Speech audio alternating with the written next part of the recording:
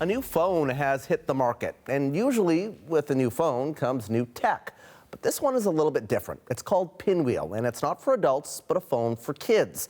The U.S. company behind it calls it a kid-safe smartphone for those aged 8 to 14. It has no internet and no social media, and it allows parents to monitor text and govern its use. But is there such a thing as a kid-safe smartphone? Kaitlynn Mendes is an associate professor of sociology at Western University and holds the Canada Research Chair in Inequality and Gender. She joins me now. Thanks for being here. Thanks for having me. What do you think of Pinwheel?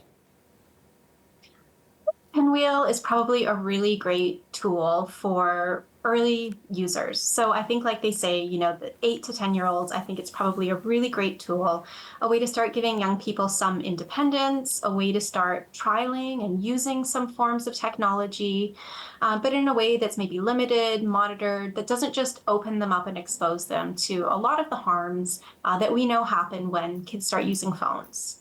And let's talk about some of those harms and also the fact that this has a potential protection feature as well that will allow parents to kind of monitor what is going on the phone. Yeah, well, so there's many things that I think I'm actually quite skeptical about. So I think, again, with that kind of monitoring, that's not actually always a really healthy thing. It kind of leads into this idea of like surveillance, and it can lead into forms of stalking, which actually for the long term isn't helpful for young people. And really what we want to be doing is giving them the tools and the skills and the resources and the experiences to start using tech in a way that, parents trust young people. So if kids think that their parents are just tracking them and surveilling them, first thing, they're going to find ways to avoid it.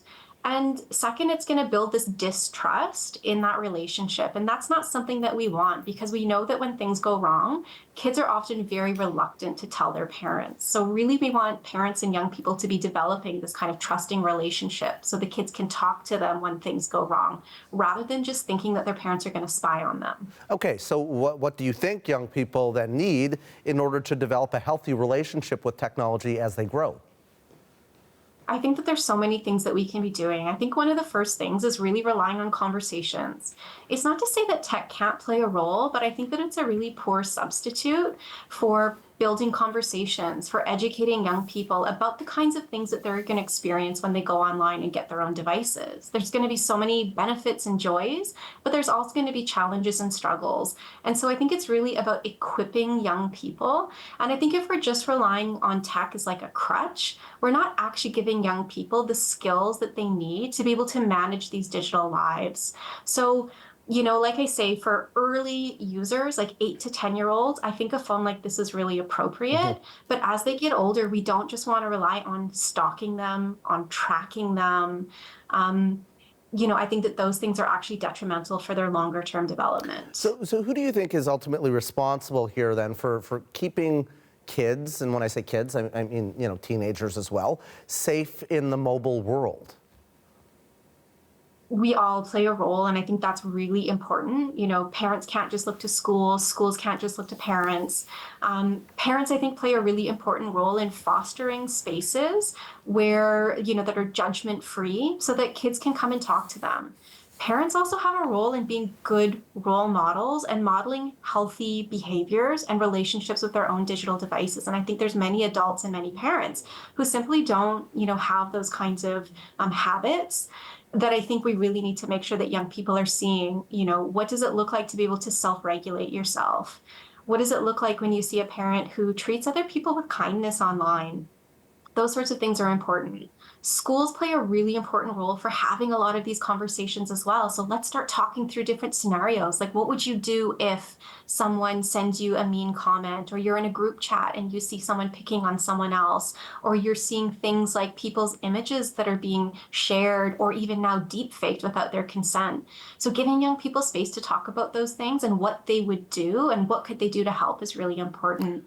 And then finally, I think government plays such a big role, especially in monitoring the tech companies, because the tech companies are not going to be good citizens on their own. Their whole kind of mandate is to return a profit for their shareholders.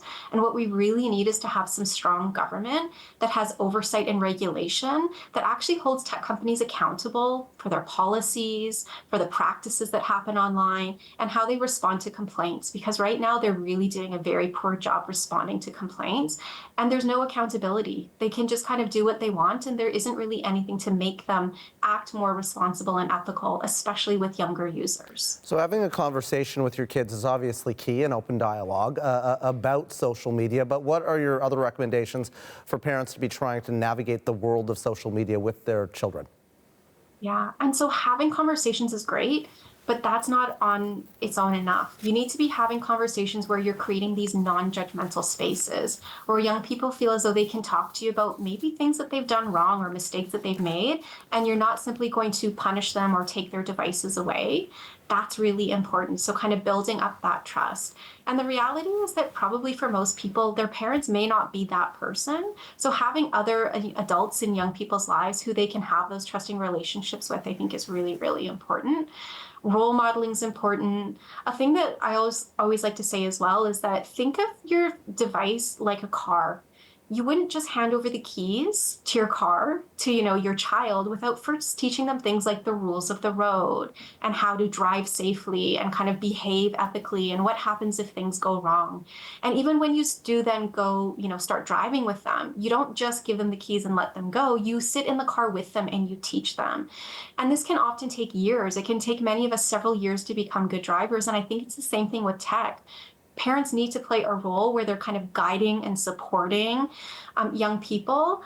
And it doesn't happen overnight. And again, parents play an important role, but they're just one role. And I think that there's other supports as well that young people need to make sure that, by the time they're old enough to have their own devices and kind of that they're using them on their own, that they are behaving ethically and that they're making good choices and they're having these healthy relationships.